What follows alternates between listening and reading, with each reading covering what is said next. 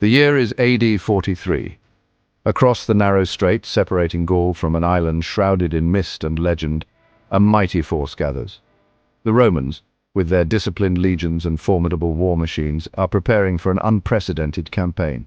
This is no mere raiding party, no fleeting show of force. It is a full-scale invasion, meticulously planned and executed with the precision that Rome is renowned for.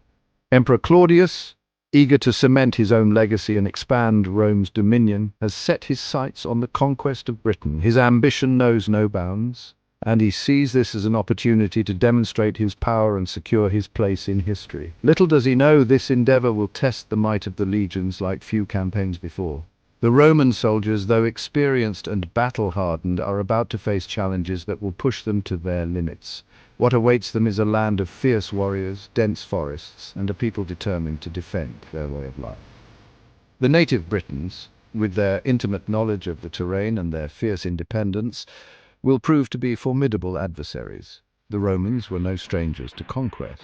They had faced and overcome many enemies from the deserts of North Africa to the forests of Germania. Their empire already stretched across much of Europe, North Africa, and the Middle East. Each new territory brought new challenges and new opportunities for wealth and glory. Yet Britain held a particular allure, a land rich in resources and rumored to hold untold riches. The prospect of gold, silver, and other valuable resources made it an irresistible target for Roman ambition. For the ambitious Claudius, it was a prize too tempting to resist. He envisioned a triumphant return to Rome laden with the spoils of a successful conquest. His invasion marked a turning point in history, one that would irrevocably bind the fate of Britain to that of Rome. The legacy of this conquest would echo through the centuries, shaping the future of both the island and the empire. The invasion force assembled was a sight to behold. 4 legions, comprised of seasoned legionaries and auxiliary troops, formed the backbone of the army. Their numbers were bolstered by cavalry, archers, and engineers, all equipped with the finest weaponry and armor the Roman Empire could provide. Leading them was Aulus Plautius, a seasoned general known for his ruthlessness and tactical acumen. Landing in what is now Kent, the Romans quickly established a beachhead. Their advance inland, however, was met with fierce resistance from the native Britons. These were not the disorganized barbarians Roman propaganda often portrayed. Led by skilled warlords, the Britons were adept in guerrilla warfare, using their knowledge of the terrain to launch surprise attacks and then melt back into the dense forests. The Britons may have lacked the sophisticated weaponry of their adversaries, but they were no strangers to warfare. Armed with swords, spears, and axes, they fought with a ferocity that took the Romans aback. Their chariots, expertly maneuvered across the battlefield, proved to be a particularly effective weapon, sowing chaos and disrupting Roman formations. Among the British leaders, one name rose to prominence: Caratacus, chieftain of the Catuvelauni tribe.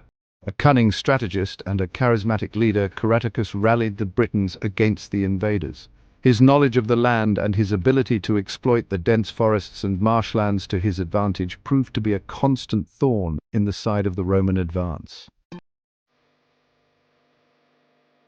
The Battle of the Medway, fought near present-day Rochester, proved to be a pivotal moment in the Roman conquest. The Britons, led by Caratacus, had chosen their battleground carefully, hoping to ambush the advancing Romans as they crossed the river. However, Roman military discipline and engineering prowess would prove decisive. Under the cover of their shield wall, Roman engineers labored tirelessly to construct a temporary bridge. Once across, the legions unleashed their full might. The disciplined Roman infantry, advancing in tight formations, proved too strong for the Britons. Despite their valiant efforts, the Britons were slowly pushed back, their formations crumbling under the relentless Roman assault. Section 5. Beyond the battlefield, the long reach of Roman rule. Though the Battle of the Medway marked a turning point, the conquest of Britain was far from over. It would take several more years of relentless campaigning and brutal suppression before the Romans could claim control over most of the island. Caratacus, though defeated at the Medway, continued to wage a guerrilla campaign against the invaders for several years before he was finally captured and taken to Rome. With their military dominance asserted, the Romans set about the task of transforming Britain into a Roman province. Towns were established, roads and forts were built, and Roman law and administration were imposed. The impact of Roman rule on British society was profound and far-reaching, leaving an indelible mark on the island's culture, language and landscape. Section 6. A New Britannia Culture in the Crucible. The Romanization of Britain was a gradual but pervasive process. Roman culture, with its emphasis on urban living, public baths and entertainment, began to seep into British society. Towns like Londinium or London and Eboracum, now known as York, flourished as centres of trade and administration, attracting merchants and settlers from across the Roman Empire. Latin, the language of Roman administration and law, became the language of the elite and gradually spread throughout the island. British religious practices were syncretized with Roman gods and goddesses, and Roman art and architecture became symbols of power and prestige. While the Britons never entirely abandoned their own traditions and beliefs, the Roman way of life left an undeniable imprint on British society. Section 7. Echoes in Stone and Story Rome's Enduring Mark.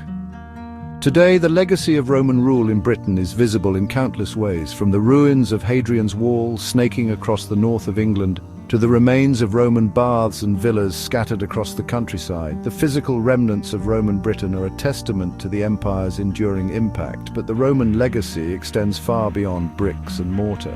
Latin, the language of the Roman conquerors, forms the basis of many modern European languages, including English. Roman law and governance provided a framework for legal systems that persist to this day, and the Roman road network, built for military efficiency, laid the foundation for trade routes and communication networks that shaped the development of Britain for centuries to come. Section 8. Unearthing the Past, Questioning the Narrative. The Roman Conquest of Britain is a story often told from the perspective of the victors. The grand narratives of Roman triumph and civilization overshadowed the experiences of those who were conquered. Yet, it is important to remember that this is a history written in blood and conquest, a story of clashing cultures and competing narratives. The Britons, with their own rich traditions and ways of life, were forever changed by this encounter. As we delve deeper into the archaeological record and re-examine the historical sources, we must be mindful of the voices that have been silenced and the perspectives that have been marginalized. The artifacts and ruins we uncover tell stories that challenge the dominant narrative. Who were the Britons who resisted Roman rule? These were not just faceless adversaries, but people with their own identities and histories. What were their motivations, their aspirations? Understanding their side of the story gives us a fuller picture of this historical period. How did Roman conquest impact their lives, their communities, their sense of identity? The imposition of Roman culture and governance had profound effects on the social fabric of Britain. These are complex questions with no easy answers. The interplay of power, culture, and resistance is intricate and multifaceted. But by asking them, we can begin to piece together a more nuanced and inclusive understanding of this pivotal period in British history. Each discovery, each piece of evidence, brings us closer to a more complete and empathetic view of the past. Section 9. Join the conversation. Whose history is it anyway? The Roman conquest of Britain is not a distant event confined to history books. It is a pivotal chapter that continues to resonate through the ages. Its legacy continues to shape our world in countless ways, from the languages we speak to the laws that govern us. The remnants of Roman architecture and culture are still visible in modern Britain, reminding us of a time when the Roman Empire stretched its influence far and wide.